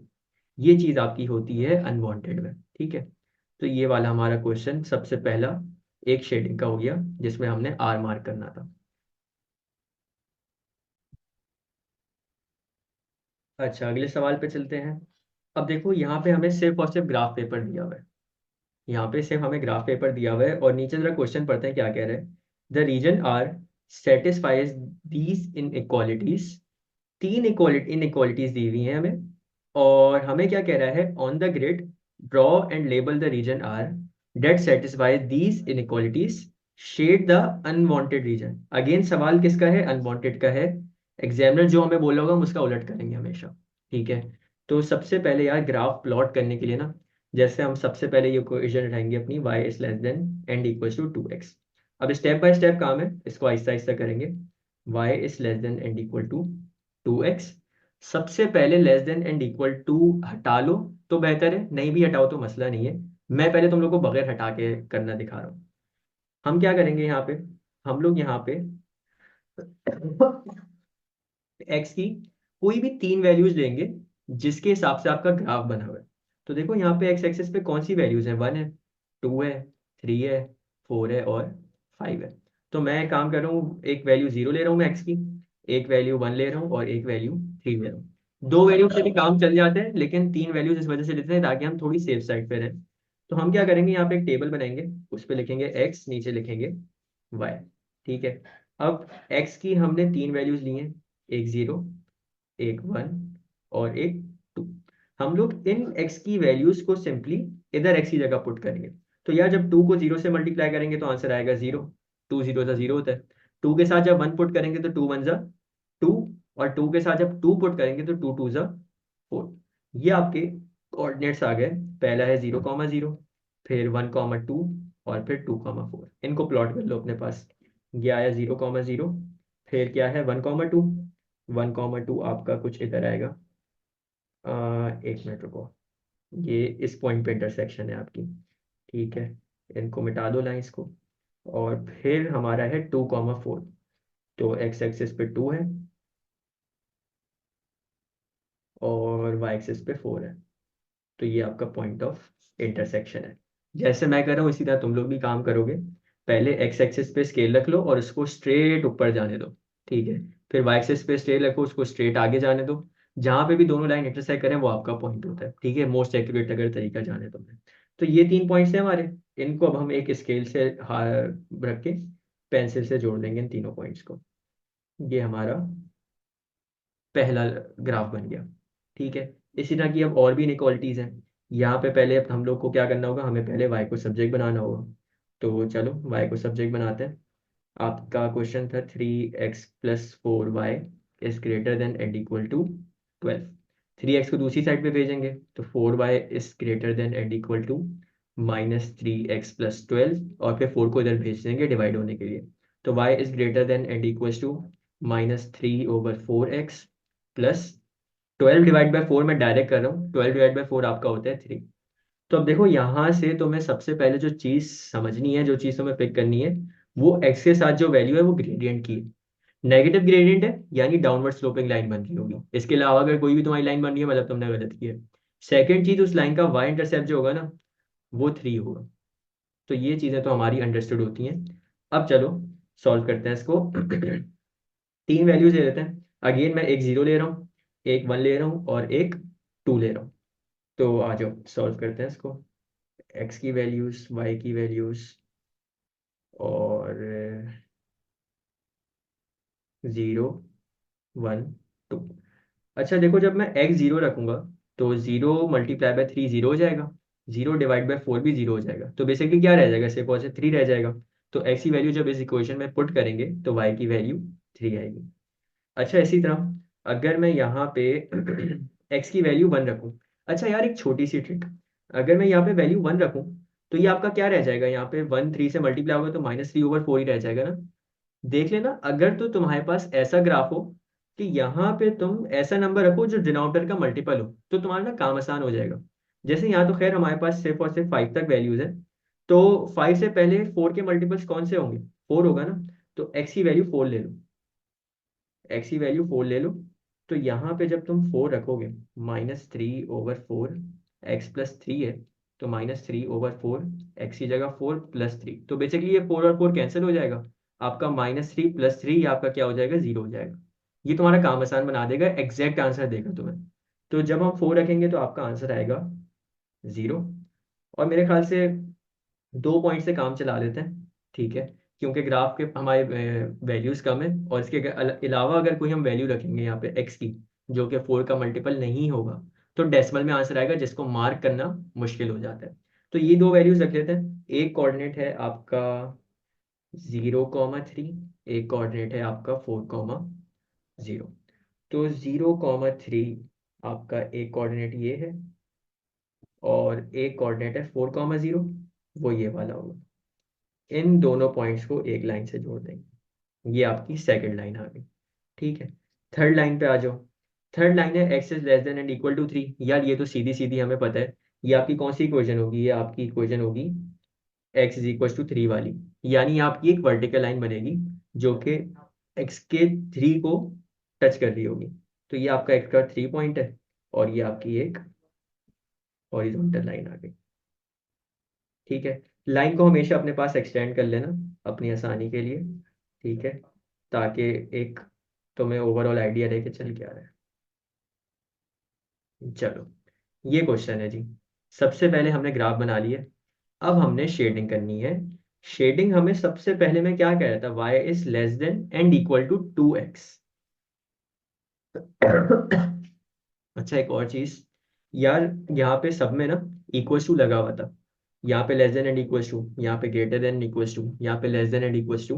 इस वजह से मैंने तीनों लाइनें सॉलिड बनाई हैं, ठीक है। लेकिन अगर यहाँ पे सिर्फ लेस देन या ग्रेटर देन होता तो फिर हम डॉटेड लाइंस बनाते हैं, ठीक है।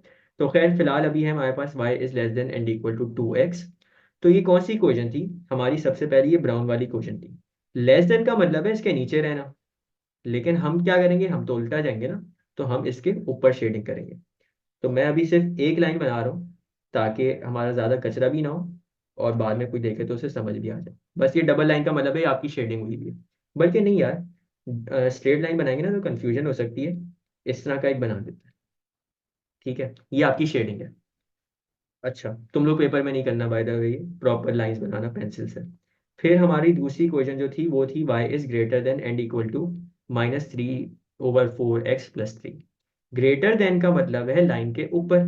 कौन सी लाइन थी, ये ब्लू वाली। इस लाइन के ऊपर शेडिंग करने को कह रहे हो, लेकिन हम उसका उलट करेंगे तो हम नीचे शेडिंग करेंगे, ऐसा ही है। और फिर लास्ट में हमें कह रहा है x is less than and equal to 3। Less than का मतलब है पीछे की साइड रहना, लेकिन हम उल्टा करेंगे तो हम आगे की साइड जाएंगे, यानी आपकी जो शेडिंग होगी ना वो आपकी इधर होगी। ये हमने शेडिंग कर ली। यार अब मुझे बताओ ऐसा कौन सा रीजन है जहाँ पे कुछ भी शेड नहीं हुआ हो। वो ये बीच वाला रीजन है जो अब मैं ब्लैक से मार्क कर रहा हूँ। एक ये लाइन और ये लाइन मिलके आपका एक ऐसा रीजन है जहाँ पे कुछ भी शेडिंग नहीं हुई भी, तो यहाँ पे हम लिख देंगे आर। ठीक है। हमेशा यही करना है जब भी अनवांटेड बोलेगा। अगर वांटेड बोलेगा तो जहां पे हर शेडिंग आ रही होगी यानी सब पार्ट्स की शेडिंग ओवरलैप कर रही होगी, वहां पे फिर हम आर लिखते हैं। ठीक है। तो मैंने दो अनवांटेड के क्वेश्चन एक साथ तुम लोगों को करवा दिए ताकि थोड़ा हमारा इसका कॉन्सेप्ट पक्का हो जाए। आगे चलते हैं, एक और क्वेश्चन करते हैं। देखो क्वेश्चन 6 में हमें कह रहा है पार्ट ए में the grid shows the line 4y is equal to x plus two. हमें एक लाइन बना के दी हुई है already. By drawing appropriate lines indicate the region are defined by all these inequalities. अब देखो उसने कुछ ये नहीं बोला कि अनवांटेड चाहिए वांटेड चाहिए। जब एग्जामिनर साइलेंट हो ना तो तुमने वही करना है जो वो बोल रहे हैं। अगर उसने तुमसे कुछ और करवाना होगा तो हमेशा मेंशन करेगा अनवांटेड रीजन। अगर कुछ भी नहीं बोल रहा तो जैसा वो बोल रहा है वैसे ही करोगे। तो हमारे पास एक इनइक्वालिटी उसने बना के दी हुई है 4y is equal to x plus two की। ये वाली लाइन हमें बना के दी हुई है और ये क्या है, greater than and equal to है। Greater than and equal to का क्या मतलब होता है, लाइन के ऊपर, लाइन के ऊपर शेडिंग करनी है। तो इस बार जो ऐसा एग्जामिनर बोल रहे हैं ना हमें, हम वैसी शेडिंग करेंगे। इस तरह लाइन के ऊपर शेडिंग कर देंगे। ठीक है। अच्छा, फिर एक इक्वेशन है x is greater than and equal to one. X की टर्म्स में जो भी इक्वेशन है ये कौन सी होती है, वर्टिकल लाइन, और वन पे ये टच करती हुई जानी चाहिए। तो एक्स एक्सिस पे वन पे ये वाली लाइन टच कर रही है। और इस पे शेडिंग क्या है, greater than and equal to की, यानी आगे वाले पार्ट पे तुम शेडिंग करोगे। इधर तुम्हारी शेडिंग होगी। और फिर लास्ट में एक हमारी इक्वेशन थी x plus y is less than and equal to 5। अब इसके लिए हमें प्रॉपर चीज़ें चाहिए होंगी। तो आज उसको सॉल्व करते हैं। सबसे पहले आपकी इक्वेशन है x plus y is less than and equal to 5। Y को सब्जेक्ट बनाओ तो एक्स दूसरी साइड पे जाके सब्ट्रैक्ट हो जाएगा। तो y is less than and equal to minus x plus 5। अब देखो यहाँ पे ग्रेडियंट आपका नेगेटिव है। ठीक है, ये चीज़ का ध्यान रखना, नेगेटिव है यानी डाउनवर्ड स्लोपिंग लाइन बनेगी। और वाई इंटरसेप्ट कितना है, 5 है, यानी 5 से टच करती हुई लाइन कहीं जाएगी। तो इसकी दो वैल्यूज पिक कर लेते हैं। ठीक है, एक एक्स और वाई लिखा, टेबल बनाई। एक मैं एक्स की वैल्यू 0 ले रहा हूँ और एक मैं एक्स की वैल्यू 5 ले रहा हूँ। ठीक है। तो x जब यहाँ पे 0 पुट करेंगे तो ये बेसिकली पूरा खत्म हो जाएगा, सिर्फ और सिर्फ क्या रह जाएगा, 5। तो x जब 0 है तो y की वैल्यू 5 है। और अगर मैं यहाँ पे 5 रखूँ तो ये -5 +5 ये आपका 0 हो जाएगा। तो जब x की वैल्यू 5 है तो y की वैल्यू 0 है। तो ये आपके पास दो कोऑर्डिनेट्स आ गए, 0,5 और 5,0। मार्क कर लो, 0,5 ये रहा और 5,0 ये रहा। इन दोनों पॉइंट्स को एक लाइन से जोड़ दिया। अच्छा, इसकी शेडिंग क्या थी, इसकी शेडिंग थी less than and equals to की, यानी इस लाइन के नीचे रहना है। तो हम इस लाइन के नीचे रहेंगे और ये हमारी शेडिंग कंप्लीट हो गई। अच्छा, अब ये नया कॉन्सेप्ट, यार कहाँ पे सबसे ज्यादा शेडिंग हुई है, कौन सा पार्ट ऐसा है जहाँ पे तीनों लाइन की शेडिंग मिल रही है। तो देखो ये वाला पार्ट है, इसको मैं ब्लैक से हाईलाइट कर रहा हूँ। यहाँ पे तीनों कलर दिख रहे हैं, आपका ग्रीन भी है, आपका ब्राउन भी है, आपका ब्लू भी है। तो ये आपका रिक्वायर्ड रीजन था। यहाँ पे आप लिख दोगे आर। ठीक है, ये क्वेश्चन यहाँ पे हमारा सॉल्व हो गया। क्वेश्चन 4 पे आ जाओ। क्वेश्चन 4 में हमें कह रहा है कि shade and label the region are defined by these four inequalities. Again हमारे पास चार लाइंस हैं और हमें उनको पहले कंस्ट्रक्ट करना है और फिर उसकी शेडिंग करके रीजन आर बताना है। एग्जामिनर साइलेंट है तो मतलब हम जैसा एग्जामिनर बोले वैसे ही करेंगे। हमारे पास अगर तुम ये नोट करो तो आसान तरीन क्वेश्चन है। कैसे, आपकी एक इक्वेशन है x is equal to one. अगर मतलब मैं साइन हटा दूं, एक इक्वेशन है x is equal to one, एक इक्वेशन है y is equal to four, एक इक्वेशन है y is equal to x, और एक इक्वेशन है x plus y is less than, sorry y x plus y is equal to six.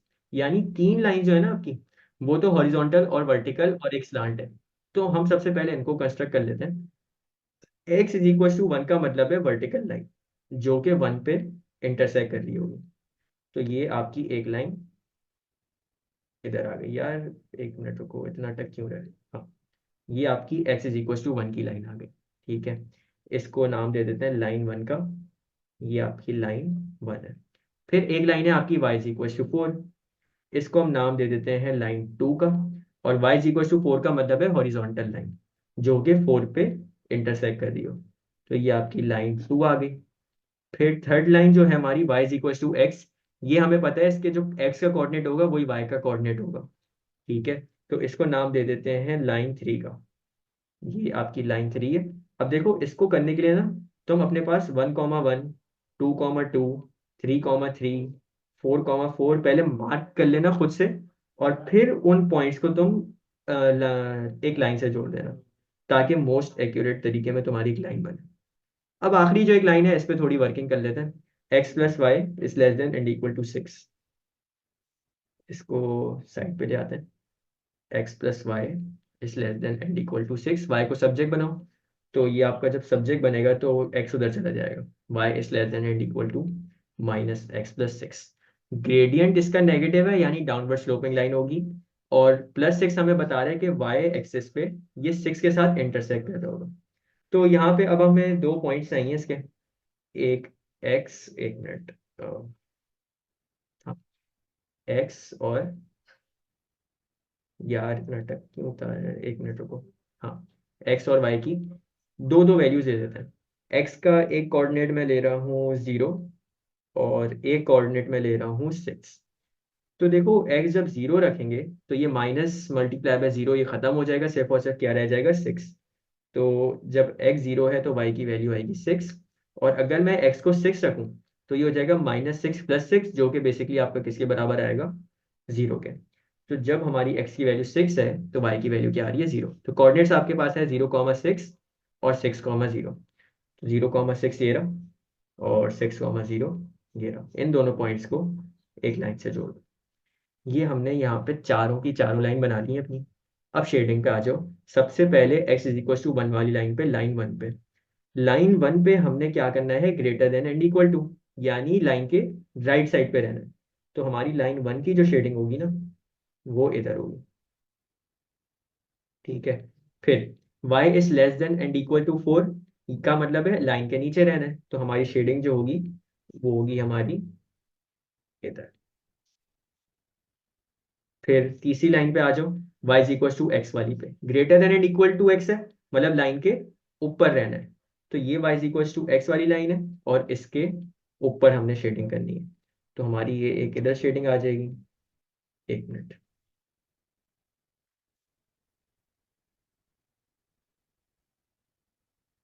और last में जो अभी अभी हमने लाइन सॉल्व करी, इसकी थी y is less than and equal to -x + 6।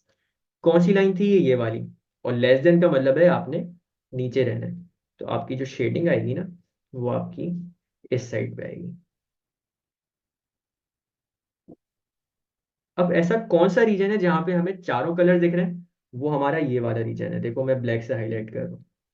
ये एक लाइन ये थी, एक लाइन ये थी, एक लाइन ये है, और एक लाइन ये है।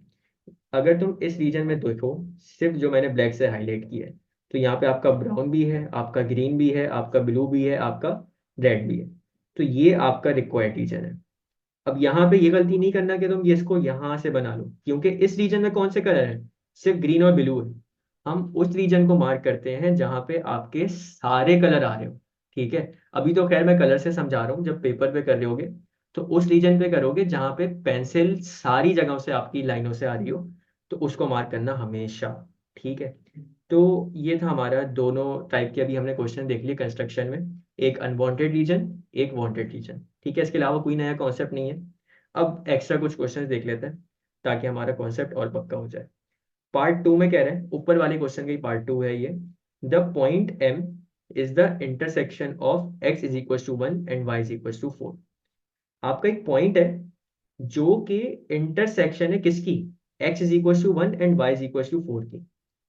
एक्स इज इक्वल टू 1 की ये हमारी ये वाली लाइन थी, y इज इक्वल टू 4 की हमारी ये वाली लाइन थी।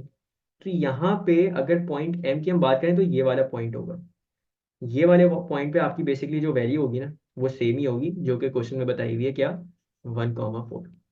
ठीक है, जब भी हॉरिजॉन्टल और वर्टिकल लाइन की इंटरसेक्शन होती है ना, तो यहाँ पे जो एक्स की वैल्यू होती है वो आपका एक्स कोऑर्डिनेट होता है, जो यहाँ पे वाई की वैल्यू होती है वो आपका वाई का कोऑर्डिनेट होता है। फिर the point N is the intersection of x plus y is equal to 6 and y is equal to 6। यहाँ पे हमने करना ये है कि दो तरीके होते हैं। ठीक है, मैं तुम लोग को दोनों तरीके बता देता हूँ। तरीका क्या है हमारा, देखो अगर तो आपके वेरिएबल रिपीट हो रहे हो, यानी इधर आपका अगर x और y है, इधर भी आपका y और x है, तो आप इसको साइमल्टेनियसली भी सॉल्व कर सकते हो जब आपकी लाइनें इंटरसेक्ट हो रही हैं। एक ये तरीका होता है और एक ग्राफिकल मेथड होता है, मैं तुम लोग को दोनों समझा देता हूँ। साइमल्टेनियस में तरीका क्या होता है, यार यहाँ पे आपकी y की वैल्यू क्या है या x की वैल्यू क्या है, y की जगह हम x को रख सकते हैं या x की जगह हम y को रख सकते हैं। यानी अगर इस इक्वेशन में मैं y की जगह x रख दूं ना, तो मेरा कोई भी मसला नहीं होना चाहिए। तो यहाँ पे हमारी इक्वेशन क्या थी, x plus y is equal to 6। यहाँ पे मैं y की जगह x रख रहा हूँ, क्योंकि यहाँ पे हमारी y की क्या वैल्यू है, x है। तो x plus x is equal to 6। X plus x कितना होता है, 2x इज इक्वल टू 6। 2 1 जा 2, 2 3 जा 6। x की वैल्यू आपकी कितनी आ गई, 3 आ गई।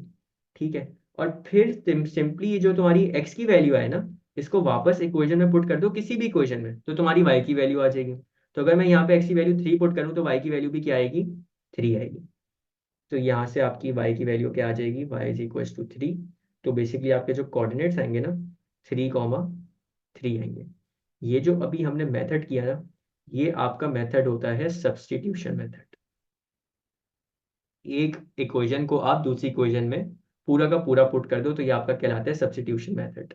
ये आप पढ़ते हो साइमल्टेनियस इक्वेशन में, अभी हम पढ़ेंगे आगे, लेकिन अभी तुम लोगों को एक उसका ओवरव्यू दे दिया। ग्राफिकल मेथड क्या है, यार देख लो, आपकी x plus y equal to 6 वाली कौन सी लाइन थी, ये डाउनवर्ड स्लोपिंग। और y इक्वल टू x वाली कौन सी लाइन थी, ये ग्रीन वाली। तो ये दोनों कहाँ पे इंटरसेक्ट हो रही हैं, ये इस पॉइंट पे इंटरसेक्ट हो रही है। यहाँ पे x की वैल्यू क्या है, 3 है। यहाँ पे y की वैल्यू क्या है, 3 है। तो ये दोनों तरीके आपको आने चाहिए। हमारे कोऑर्डिनेट आ गए 3,3 और एक कोऑर्डिनेट आ गया 1,4। Find the gradient of mn।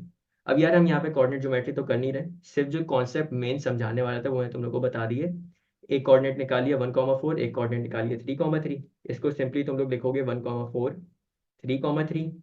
और x1 y1 x2 y2 के तो तुम लोग फॉर्मूला लगा देना, m is equal to y2 minus y1 over x2 minus x1। बस ये फॉर्मूला लगा देना, मैं करवा नहीं रहा, बहुत दफ़ा हम इस तरह की चीज़ें कर चुके हैं। जो चीज़ समझाने वाली थी वो मैंने तुम लोग को बता दी है। ठीक है। अच्छा, ये साइमल्टेनियस इक्वेशन जो अभी हमने की है ना, ये जब भी कर सकते हो तुम लोग जबकि जब आपकी दो लाइंस इंटरसेक्ट हो रही हो, यानी कहीं मिल रही हो। या तो ग्राफिकल तुम्हें बता देगा कि दोनों लाइनें मिल रही हैं, या वो खुद मेंशन कर देगा कि इंटरसेक्शन। तब तुम लोग ये सब्स्टिट्यूशन मेथड कर सकते हो। इसके बहुत मेथड होते हैं, एक ग्राफिकल होते हैं। ठीक है, ग्राफिकल भी मैंने तुम लोग को बता दिया। एक सब्स्टिट्यूशन होता है, ये भी मैंने तुम लोग को बता दिया। एक एलिमिनेशन मेथड होता है, वो हमारे काम का नहीं है, वो बहुत फजूल है। इससे भी अगर तुम्हें सब्स्टिट्यूशन मेथड पक्का है ना तुम्हारा, इससे भी काम हो जाएगा।